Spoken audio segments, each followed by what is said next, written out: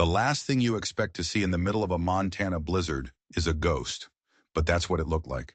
A massive silhouette, darker than the storm, filling the doorway of her broken-down wagon. Elena Reed pulled her babies closer, her own breath catching in her throat, a puff of white in the freezing air. The wind howled a dead man's song, and the figure just stood there, silent, snow crusting its shoulders like a burial shroud. She'd been stranded for 6 hours. 6 hours since the wagon wheel snapped like a dry bone. 6 hours of watching her 3-month-old triplets fade, their whimpers growing weaker, their skin turning a terrifying porcelain white against the worn blankets.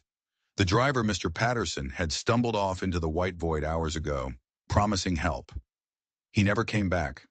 Hope was a flickering candle, and this dark shape in the door was the gust of wind that would finally snuff it out. "Hello?" she called, her voice a reedy whisper. "Please. My babies are so cold." The figure stepped inside. The wagon groaned under its weight. It pulled the door shut, plunging them into a sudden, muffled quiet.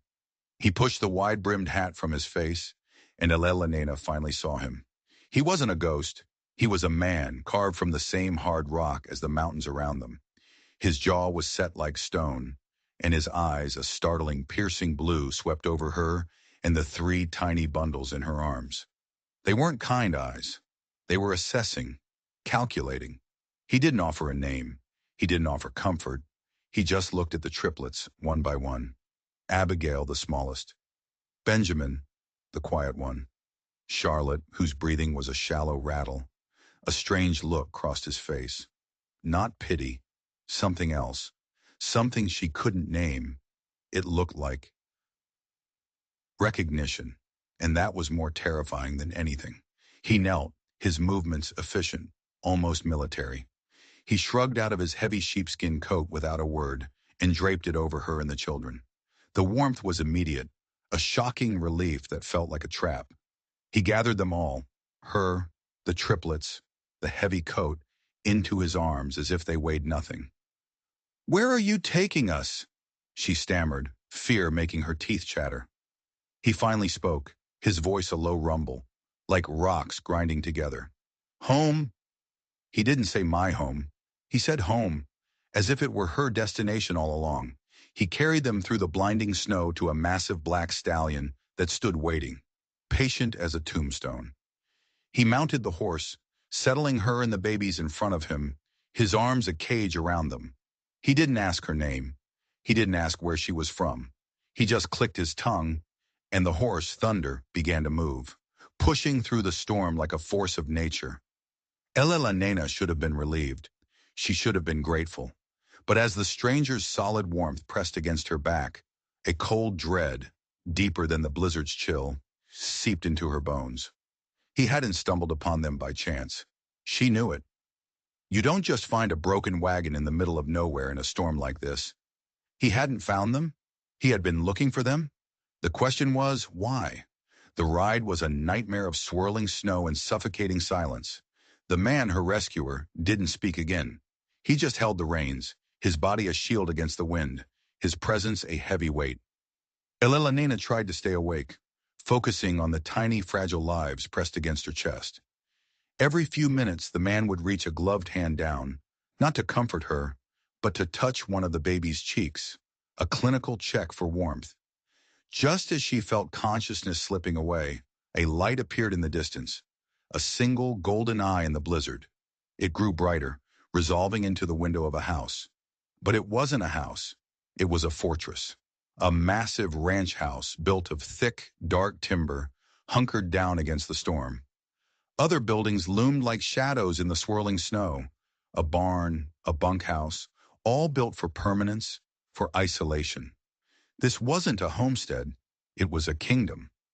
The horse stopped, and the man dismounted, lifting her and the babies down as effortlessly as before. As he carried them toward the house, the front door opened. A woman stood there, silhouetted by the warm light inside. She was older, with silver-streaked hair pulled back tightly, her face a mask of worry. "You found them," the woman breathed, her voice filled with a strange mix of relief and fear. Her eyes darted from the man to Elena, and then lingered on the triplets. Mrs. Hathaway, the man said, his voice flat. The guest room. Warm blankets. Milk. He brushed past her into the house. The warmth was staggering. A huge stone fireplace dominated the main room, a fire roaring within it. But the space felt cold, imposing. The furniture was heavy, dark, the ceilings high. It felt less like a home and more like a museum, a place where life was observed, not lived. He set her down on a sofa near the fire, and for the first time, she felt the full weight of her exhaustion. The room began to swim. Mrs. Hathaway was suddenly there, her hands surprisingly gentle as she began to unwrap the babies. Let's get these little ones warmed up, she said, her voice a low, soothing murmur.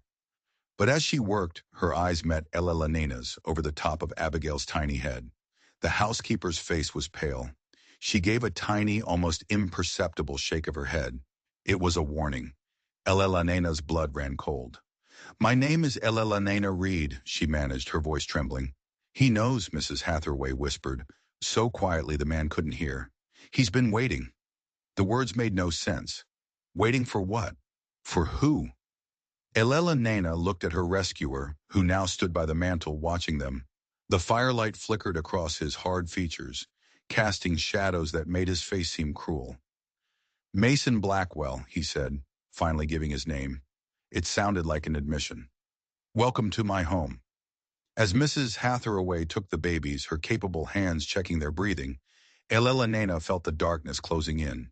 Her body had reached its limit, but just before she fainted, she saw Mason Blackwell look at her three children, not with the kindness of a savior, but with the quiet satisfaction of a collector who has just acquired a rare and priceless artifact. He had rescued them from the storm, yes, but he had brought them into something far more dangerous.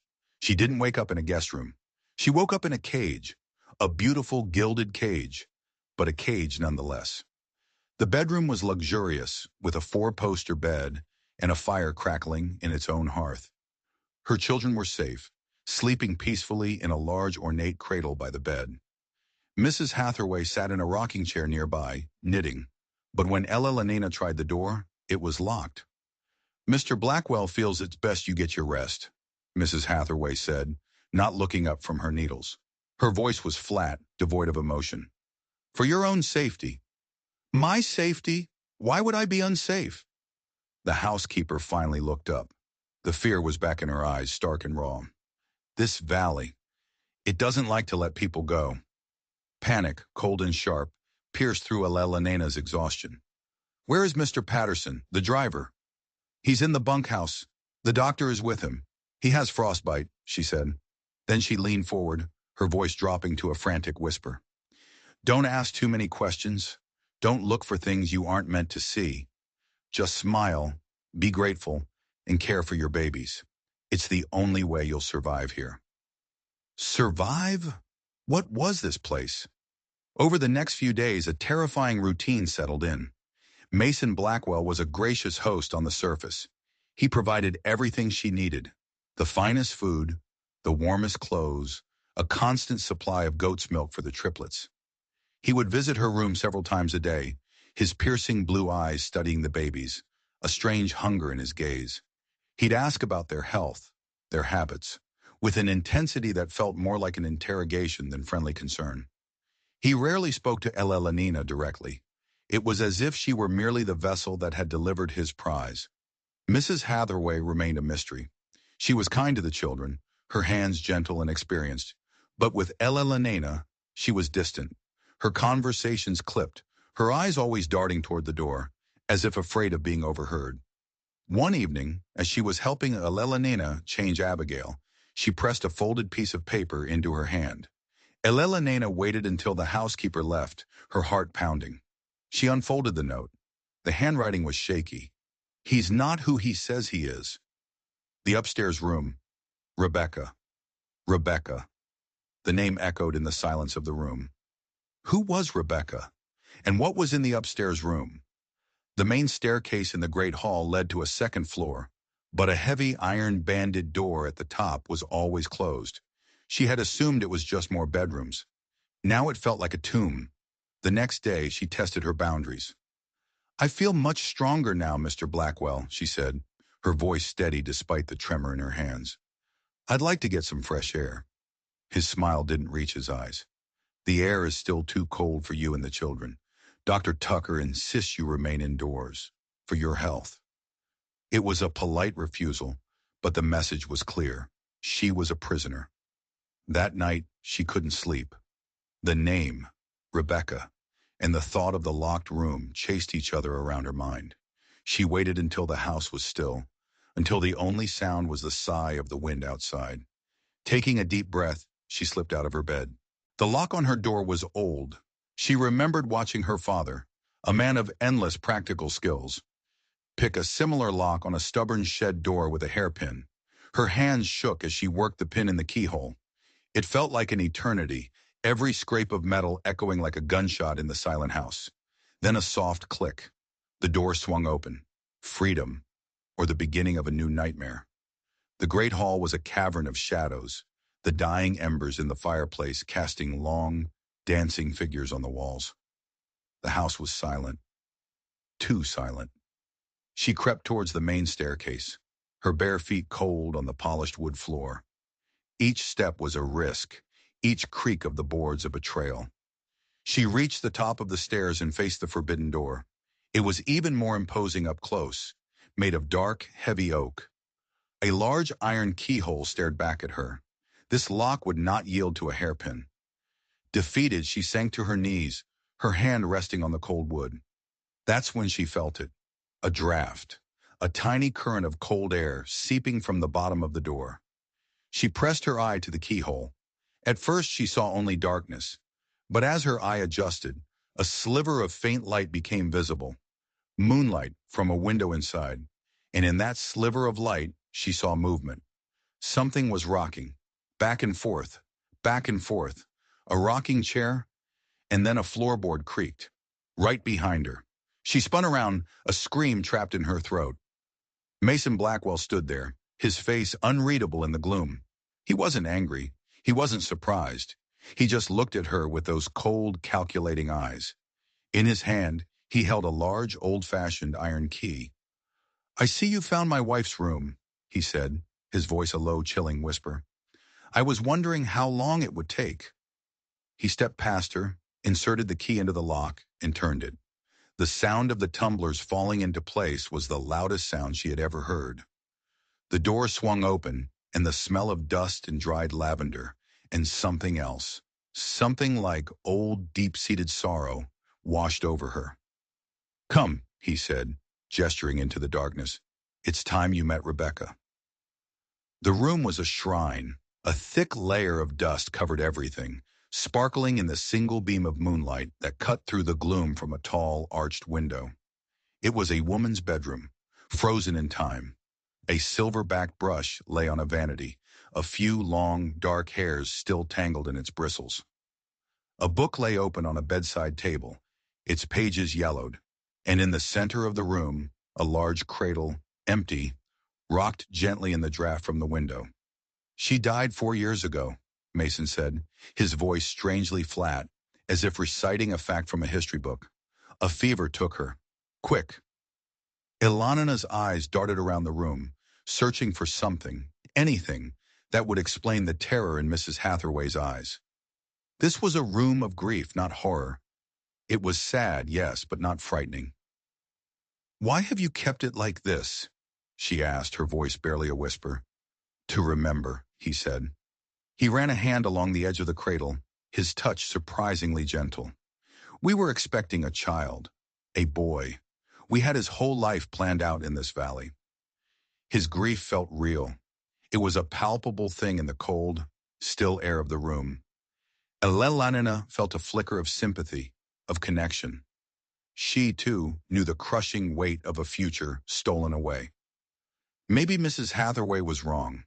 Maybe this man was just broken by loss, his isolation making him seem strange, intimidating. "I'm so sorry," she said, and she meant it. He turned to her then, and the look in his eyes made the hair on her arms stand up. The grief was gone, replaced by that same hungry intensity she'd seen when he looked at her children. "Don't be," he said. "Providence has a funny way of correcting things." He walked over to a heavy wooden wardrobe in the corner and opened it. He reached inside and pulled out a small, leather-bound book, a journal. He held it out to her. Her word, he said. I think you should read them, so you understand. Elena took the journal, her fingers trembling. The leather was worn smooth. She opened it to the first page. The handwriting was elegant, feminine. My dearest diary, it began. Mason has brought me to his valley. It is beautiful, but so very empty. He says one day it will be filled with the laughter of our children. She flipped through the pages. The early entries were full of hope, of love for her new husband, of dreams for their future. But then the tone began to change. The silence here is deafening. Mason works from sunup to sundown. He is building an empire, he says. For our son, he is obsessed with the idea of an heir to carry on the Blackwell name. Sometimes his intensity frightens me. Elena's heart began to pound. She flipped further. I have failed him. The doctor came from Helena today. He says my body's too frail. There will be no children. When I told Mason, he didn't speak for a full day. He just looked at me with such disappointment, as if I were a prize horse that had been found to have a fatal flaw. The final entries were scribbled, the ink blotted, as if written through tears. He is not the man I married. The grief has twisted him. Or perhaps it was always there, and the grief just stripped away the veneer.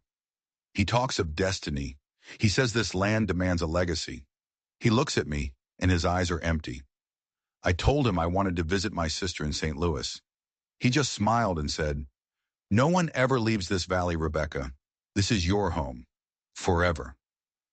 The last page was dated 4 years ago. The entry was short, frantic. Mrs. Hathaway is helping me. She has arranged for a horse. I leave at midnight. I cannot live like this, a prisoner to his dream. If he finds me, God help me. He said he would rather see me in the ground than have me leave this valley. Elena looked up from the journal, her blood like ice in her veins. A fever didn't kill her, she whispered. Mason was standing by the window, looking out at the snow-covered landscape. He didn't turn around. A fever of the spirit, perhaps. A weakness. This land has no place for the weak. He had killed her. He had hunted his own wife down in the cold and killed her because she tried to leave. Because she couldn't give him the one thing he wanted, an heir. And now he had 3. The floor dropped out from under her world. This wasn't a rescue. It was a replacement. She and her children were the answer to his twisted prayers, the legacy he believed this land demanded. He hadn't been waiting for a family. He had been waiting for his family. Why are you showing me this? She choked out, clutching the journal to her chest. He finally turned, and his face was a mask of calm, chilling certainty. So you understand the rules. This is your home now, Elena.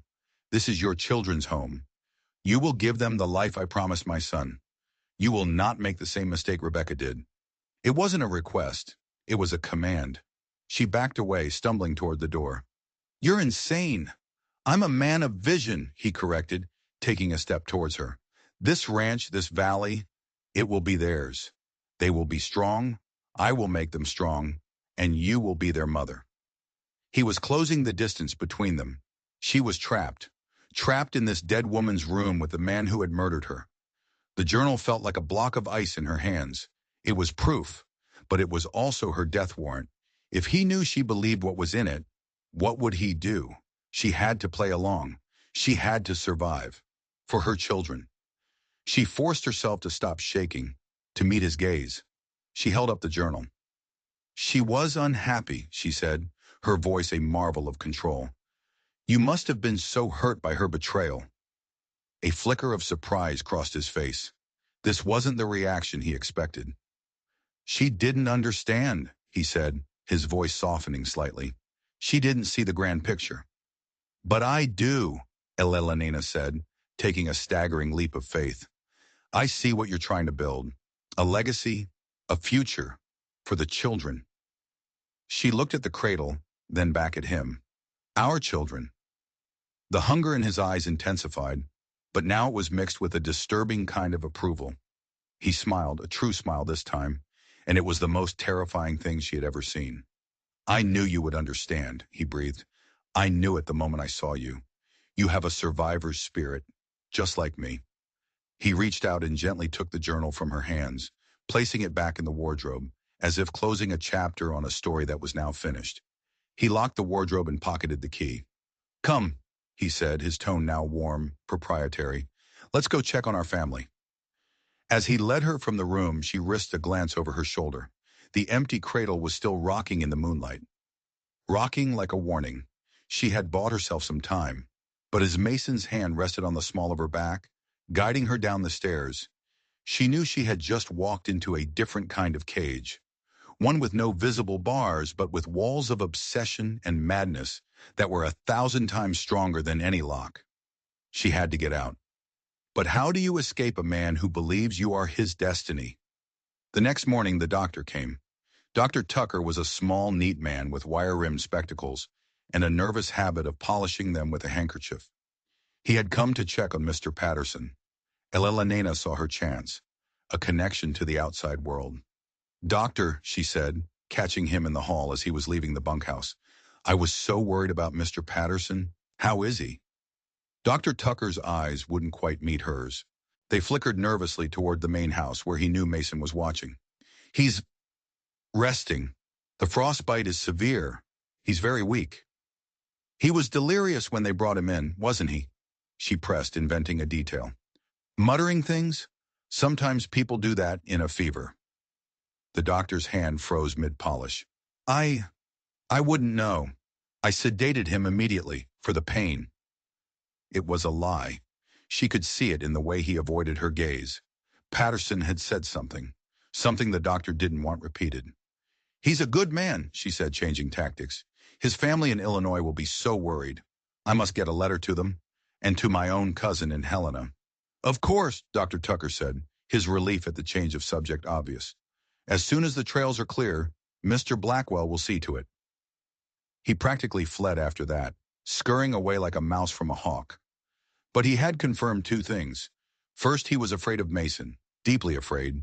And second, Mr. Patterson was being kept isolated and sedated for a reason. He was a witness to something.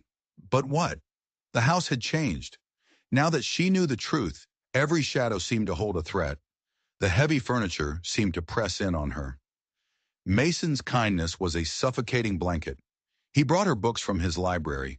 He had Mrs. Hathaway prepare her favorite meals. He even began work in his workshop, the sound of sawing and sanding echoing through the house. One afternoon, he unveiled his project, a magnificent triple cradle, large enough for all three of her babies, with their names, Abigail, Benjamin, Charlotte, carved into the headboard. It was beautiful, and it was a declaration, a symbol of their new, permanent life. They deserve a proper bed, he said, beaming with pride, a foundation for their life here. Elena forced a smile. It's wonderful, Mason. You are so thoughtful. She felt like an actress in a play, every word, every gesture, a performance for an audience of one. She had to convince him she accepted her new role, that she was his new Rebecca, the one who would not fail him. It was a dangerous game. One wrong move, one flicker of fear in her eyes, and he would know she was lying. Her only hope was Mrs. Hathaway. The housekeeper was her link to Rebecca's story, but the woman was terrified. Whenever Elena tried to speak to her alone, she would find an excuse to leave the room, her hands trembling. Then one evening, Elena found her chance. Mason had ridden out to check on a distant herd, a trip that would take him several hours. Elena found Mrs. Hathaway in the kitchen, kneading bread with a frantic energy. We have to talk, Elena said, her voice low and urgent. The housekeeper shook her head, not looking up. There's nothing to talk about. This is your home now. He killed her, didn't he? Elena whispered. He killed Rebecca. The dough hook fell from Mrs. Hathaway's hand with a clatter. She stared at Elena, her face ashen. You can't know that. You can't say that.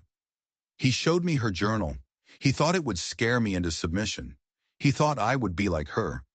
Mrs. Hathaway sank into a chair, her face crumpling. Oh, you poor child. You poor, poor child. The story came tumbling out, a torrent of guilt and fear held back for 4 long years. Rebecca had been her friend, like a daughter. She had seen Mason's obsession grow, his love curdle into a possessive madness. She had agreed to help Rebecca escape. "I got the horse ready for her," she sobbed. "I gave her a head start. But he's not human when he's tracking something. He found her by the creek. He told everyone she slipped and hit her head, that the fever had made her disoriented. Dr. Tucker signed the death certificate. He owns the doctor, you see, paid off his gambling debts. Tucker does whatever he's told. So the doctor wasn't just afraid, he was complicit. Another dead end. "What about Mr. Patterson?" Elena asked. "Why is he being kept sedated?" Mrs. Hathaway wiped her eyes with her apron. "Patterson didn't just get lost in the storm. The wagon, the wheel didn't just break. One of Blackwell's men, Jenkins, sabotaged it. Patterson saw him riding away just as the storm hit. He knew it was a setup. He wasn't going for help, child. He was running for his life, and Blackwell's men hunted him down." The carefully constructed world Mason had built for her was a lie from the very beginning. The broken wagon, the chance rescue, it was all a trap, sprung with cold, calculating precision. "Why did you stay?" Elena asked, her heart aching for the terrified woman. "He told me if I ever breathed a word, he would say I was the one who helped her run, that I caused her death. He said he would see me hang," she whispered. "And I have a grandson in Helena. He made it very clear. My silence keeps my grandson safe." They were both prisoners. A letter arrived the next day, carried by a courier from Helena. It was from her cousin, Harriet. Elena's heart leaped. Hope, a connection. She tore it open, Mason watching her with a proprietary smile. But the words on the page were not the ones she expected. "Elena," the letter read, her cousin's familiar script, a jarring sight in this house of lies. "I am so relieved to hear you are safe at the Blackwell Ranch. Judge Wilson passed through and told me everything. You must stay put until spring. The trails are too dangerous. I have been making inquiries on your behalf. There is a complication with Daniel's estate. It seems there is a significant land grant in his name here in the territory. It could make you and the children very wealthy. But the claim is complex. It requires the heirs to be present and settled in the territory. Stay with Mr. Blackwell. He is a good man, a respected man. He will protect you and your assets until I can sort out the legalities." Elena read it again, the blood draining from her face. Harriet wasn't worried. She wasn't telling her to run. She was telling her to stay, to trust Mason. And she mentioned a land grant, an asset. That's when she understood. The final horrifying piece of the puzzle clicked into place. Mason didn't just want an heir. He wanted an inheritance. Her children weren't just replacements for the son he'd lost. They were keys to a fortune. Her cousin Harriet wasn't trying to help her. She was in on it. She had sold her. She had sold her children. She looked up at Mason. He was still smiling. He had read the letter over her shoulder. "Good news?" he asked, his voice smooth as silk. Elena felt the world spin. There was no one coming to save her. Her family, the law, the entire world thought she was in the hands of a hero. She was utterly, completely alone. No, not alone. She looked past Mason, through the kitchen door. Mrs. Hathaway was watching them, a dish towel twisted in her hands, her eyes filled with a desperate, silent plea. And in the bunkhouse, a man named Patterson lay silent, a man who knew the truth. She wasn't alone. She had allies. And for the first time since she'd arrived, a tiny, dangerous spark of defiance ignited in her chest. Mason Blackwell thought he had found the perfect, helpless widow. He was about to find out how wrong he was. The game had changed. Elena was no longer just surviving. She was fighting. Every smile she gave Mason was a weapon. Every word of gratitude was a lie designed to lull him into a false sense of security. She played the part of the contented, grateful widow to perfection. She cooed over the triple cradle. She asked his advice on raising the children. She made him believe she was his. And all the while she was gathering intelligence. She learned the ranch's routines. The supply wagon that came from Helena once a week. The way the ranch hands changed shifts. The habits of the man named Jenkins. the one who had sabotaged her wagon. He was Mason's right hand, his enforcer, a man with cold, dead eyes. Her first priority was Patterson. She had to know what he knew. She started bringing broth to the bunkhouse herself, under the guise of nursing him back to health. Dr. Tucker protested, but Mason, seeing her devotion, allowed it. A woman's touch is what he needs, he'd said, pleased with her domestic turn. She would wait until the doctor left, until the other hands were at their work. She'd sit by Patterson's bed, speaking to him in low tones. For days he was unresponsive, lost in a sedated fog. But she was patient. She started diluting the laudanum-laced broth Mrs. Hathaway was forced to make, replacing most of it with fresh, clear stock. Slowly, painstakingly, the fog began to lift. One afternoon, his eyes focused on her. Real recognition. "Mrs. Reed," he rasped, his voice rough from disuse. "I'm here, Mr. Patterson," she whispered, her heart pounding. "You're safe for now, but you have to tell me what you know." His story confirmed her worst fears. He'd been approached in Pennsylvania by a man named Clark, who was working with Harriet. They'd paid him handsomely to drive her west. They'd given him specific instructions to take a little-used northern trail and what to do when the wagon broke down. Jenkins had been waiting for them. The plan was for Patterson to get lost in the storm permanently, but he'd fought back, and in the struggle, he'd managed to wound Jenkins with a skinning knife before being overpowered and left for dead. "They want the land," he whispered, his eyes wide with feverish intensity. "It's not just farmland. There's gold on it. An old prospector's claim that was never filed. Your husband's grandfather knew. Harriet and Clark found his letters." Gold. It was never just about a legacy. It was about greed. Cold, hard, murderous greed. Her next move was a gamble, a huge one. A rider arrived at the ranch, a woman this time. She was elegant, sharp-featured, and carried herself with an air of authority. She introduced herself as Victoria Palmer. She swept into the house like she owned it, her eyes taking in Ella Nina and the triplets with a look of cold disdain. "Mason, darling," she'd said, kissing him on the cheek. But it wasn't the kiss of a lover. It was the kiss of an accomplice. Ella Nina watched them, her mind racing. Who was this woman? They spoke in low tones in Mason's study, poring over maps. She heard words like deeds, claims, and investors. Victoria was a business partner, and from the proprietary way she looked at Mason, maybe something more. Ella Nina saw an opportunity, division. She waited until Victoria was alone in the main room. She approached her, feigning naivety. "It's so wonderful that Mason has such a close friend to help him with business," she said, her voice dripping with false sweetness. "He's told me how much he relies on you. He says you're the only one who truly understands his vision." Victoria's eyes narrowed. "Did he now?" "Oh, yes," Ella Nina continued, rocking Abigail in her arms. "He says with the Reed land secured, and with his new heirs," she patted Abigail's back pointedly, "the Blackwell-Palmer legacy will be the most powerful in the territory." She saw the flicker of fury in Victoria's eyes. Blackwell-Palmer. Ella Nina had invented the name on the spot, but it had hit its mark. Victoria Palmer had no intention of sharing this empire with a penniless widow and her 3 brats. "Heirs can be complicated," Victoria said, her voice like ice. "They have a way of diluting power." "Mason doesn't think so," Ella Nina said with a serene smile. "He sees them as the very foundation of it all. He told me he's finally found the family he was always meant to have." Checkmate. The seed of doubt was planted. Victoria now saw her not as a pawn, but as a rival, a threat to her own share of the prize. Ella Nina knew it was a risk. Victoria could go straight to Mason, but she was betting on one thing. Victoria's greed was stronger than her loyalty. The plan began to form, a desperate, fragile thing.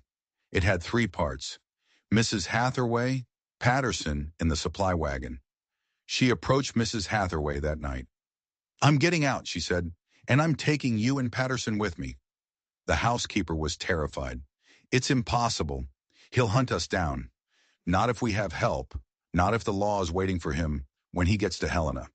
She showed Mrs. Hathaway the note she had composed.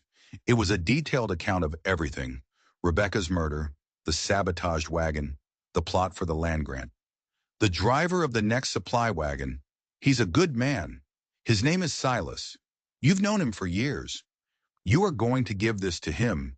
You're going to tell him to take it directly to the territorial marshal in Helena. The next piece was Patterson. He was getting stronger, but he could barely walk. He couldn't ride a horse. The wagon, he rasped from his bed. The one I brought you in. It's in the barn. Jenkins was sloppy with the sabotage. It was meant to look bad, but be an easy fix. I can have it ready in an hour if I can get to it. The day the supply wagon was due, the air on the ranch was thick with tension. Victoria Palmer had left in a fury 2 days before, after a loud, closed-door argument with Mason. The first part of Elena's plan had worked. Mason was distracted, irritable. Mrs. Hathaway was a wreck, her hands shaking so badly she could barely serve breakfast. Elena gave her hand a reassuring squeeze under the table. They could do this. The supply wagon arrived mid-morning. As Silas, the driver, was unloading goods, Mrs. Hathaway accidentally spilled a large barrel of molasses all over the kitchen floor. The mess was epic. It required every available hand, including the guard who was usually posted by the bunkhouse to help clean it up. The diversion. In the chaos, Elena slipped out the back. She raced to the bunkhouse. Patterson was dressed, leaning heavily on a makeshift crutch. "It's time," she whispered. Together they made their way to the barn. It was agonizingly slow. Patterson was weak, hissing in pain with every step. The barn was silent, filled with the smell of hay and horses. Her old wagon was in the back, covered in a dusty tarp. As Patterson had predicted, the wheel was an easy fix for someone who knew what they were doing. He worked with a desperate speed, his hands surprisingly nimble. Elena's job was the horses. She wasn't a farm girl, but she had watched the hands enough to know the basics. She found 2 steady-looking mares and began the clumsy process of harnessing them. Every sound, every clink of the harness echoed in the silence. And then she heard it, a baby's cry. From the house. Her heart stopped. She had left them sleeping. But Benjamin, always the lightest sleeper, had woken up. She had to go back. She couldn't leave them. "Go," Patterson urged. "Get the children. I'll finish here. Hurry." She ran, back across the yard, her lungs burning. She slipped into the house. The chaos in the kitchen was still in full swing. She crept up the stairs to her room. Benjamin was crying lustily now. Charlotte was beginning to stir. She bundled them up, her hands working with frantic speed. She wrapped all 3 in a heavy quilt, creating a single cumbersome bundle. She was halfway down the stairs when a voice stopped her cold. "Leaving so soon?" Mason stood at the bottom of the staircase. Jenkins was beside him, a cruel smile on his face. The diversion was over. They knew. Someone had talked. Or maybe the molasses trick was just too obvious. "I thought we had an understanding, Elena," Mason said, his voice dangerously calm. "The only thing I understand," she said, her voice shaking but clear, "is that you are a murderer and a thief, and you will not have my children." He took a step up. "They are my children now. They are this valley's children. You are just the vessel." She backed up the stairs, clutching the bundle of her babies to her chest. "Stay away from me." "It's over," he said, taking another step. "There's nowhere to run." But he was wrong. There was one place. She turned and ran. Not for the front door, but up the stairs back the way she came, towards the second floor, towards the one place she knew he wouldn't expect. She reached the top of the stairs and threw her shoulder against the heavy iron-banded door to Rebecca's room. He had taken the key, but he hadn't bothered to lock it again. It swung open. She stumbled inside, slammed it shut, and fumbled with the old slide bolt on the inside. It was rusty, stiff. She heard his footsteps pounding up the stairs. She threw her entire weight against the bolt. It slid home with a heavy, final thud just as he slammed into the other side of the door. She was trapped in a dead woman's room. But she wasn't alone. She had her children, and she had one last, desperate idea. The door shuttered again. "You can't hide in there forever, Elena," Mason roared. She ignored him. She ran to the tall, arched window at the far end of the room, the precious bundle in her arms. Below was a steep drop onto a narrow stone patio. and beyond that, the snow-covered yard. It was too far to jump, but there was a thick, ancient ivy covering the stone walls of the house. Rebecca's journal had mentioned it. Sometimes I think I could climb down that ivy like a ladder and just disappear. It was a mad hope, a prayer. The door groaned, the wood splintering around the lock. He was breaking it down. She had seconds. She looked at the ivy, then at the precious bundle in her arms. She couldn't climb with them, but she could lower them. She tore the dusty curtains from the window, her mind working with a strange, cold clarity. She knotted them together, creating a makeshift rope. The door splintered again. A crack appeared. She wrapped the quilt containing her babies tightly, securing it with a loop of the curtain rope. She whispered a prayer, kissed the top of the bundle, and began to lower them out the window. Down, down, the fabric slipping through her raw hands. She prayed the knots would hold. She prayed they wouldn't make a sound. The bundle touched the snow-covered patio below, just as the door to the room burst open. Mason stood there, his face a mask of fury. Jenkins was right behind him. His eyes went from her face to the curtain rope in her hands to the open window. A roar of pure rage erupted from his chest. Elena didn't wait. She scrambled onto the windowsill. For a terrifying second, she teetered there, the wind whipping at her. Then she grabbed a fistful of the thick, woody ivy and began to climb down. The ivy was slick with ice, the frozen leaves sharp against her palms. Her dress snagged, her fingers screamed in protest, but she kept going, her only thought the precious bundle lying in the snow below. She heard Mason shouting from the window above, a sound of pure, thwarted rage. She dropped the last few feet, landing in a heap on the patio. Her ankle twisted, a sharp pain shooting up her leg, but she ignored it. She scrambled to the bundle. The triplets were silent, stunned by the cold and the strange descent. They were safe. A gunshot cracked the frozen air. A chip of stone exploded from the patio wall just inches from her head. Jenkins was in the window, a rifle in his hands. She grabbed the bundle and ran. Limping, stumbling through the deep snow, she headed for the barn. "Patterson!" she screamed, her voice torn away by the wind. The barn door slid open. Patterson was there, the wagon harnessed and ready. "Get in!" he yelled. She threw the bundle of babies onto the hay-strewn floor of the wagon and scrambled in after them. Patterson cracked the reins and the mares leaped forward. The wagon lurched out of the barn and into the open, a perfect target. Another shot rang out. This time it came from the ground. Mason was running from the house, a pistol in his hand. He was fast, closing the distance. The wagon careered across the yard, Patterson whipping the horses into a frantic gallop. They were heading for the main road, for the trail that led to Helena, to freedom. But Mason was faster. He ran not for the road, but for the stables. In a moment, he was out again, leaping onto the back of his black stallion, Thunder. The horse was a beast, bred for speed and stamina. They wouldn't outrun him in a heavy wagon. "He's coming!" Elena cried, looking back. Mason was gaining on them, his face a grim mask of determination. He was herding them away from the main road, towards a narrow wooded canyon. "He knows this land better than we do," Patterson grunted, fighting the reins. "He's forcing us into a dead end." The canyon walls rose up around them, steep and rocky. The trail grew narrower.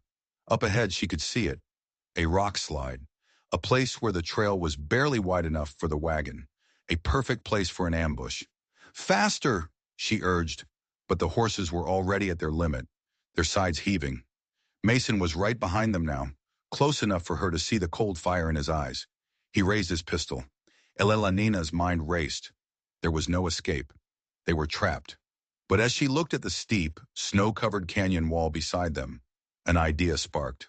A memory of something her father had told her once, on a mountain hike. "See that overhang? All that snow, just waiting for the right sound, the right vibration to let go. An avalanche." It was a crazy, suicidal chance, but it was the only one they had. She grabbed the rifle Patterson had propped against the seat. He had taken it from the bunkhouse. "Keep going!" she screamed at him. "Don't stop, no matter what!" She stood up in the rocking wagon, bracing herself against the side. She took aim, not at Mason, but at the snow-laden rock overhang directly above him.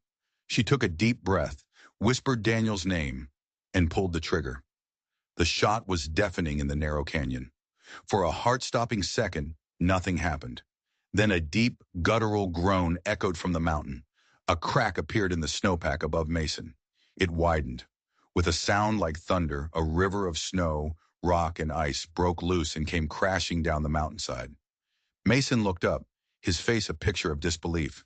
He tried to turn thunder, to outrun the wall of white death hurtling towards him. But it was too late. The avalanche engulfed him and his horse, a roaring, unstoppable tide. Patterson pulled the wagon to a halt just past the slide, the horses trembling, their eyes wide with terror. They looked back. Where Mason Blackwell had been, there was now just a massive, churning pile of snow and debris. Silence descended on the canyon, broken only by the panting of the horses and the soft whimpering of a baby from the back of the wagon. He was gone. They were free. They made it to Helena by nightfall. The territorial marshal listened to their story, his face growing grimmer with every word. When Ella Lenena produced Rebecca's hidden journal, which she had stuffed into her dress before leaving the room, he knew it was the truth. A posse rode out to the Blackwell Ranch that night. They found Mrs. Hathaway huddled in the kitchen, terrified but safe. They arrested Jenkins, who confessed everything. They arrested Dr. Tucker, who broke down and admitted to signing the false death certificate. And they arrested Harriet and her partner Clark, whose scheme had unraveled completely. The law came down hard. It was the biggest scandal the territory had ever seen. The story of the Blizzard Bride and the Mad Rancher became a legend, a cautionary tale whispered around campfires. They never found Mason's body. The avalanche was too massive, the canyon too treacherous.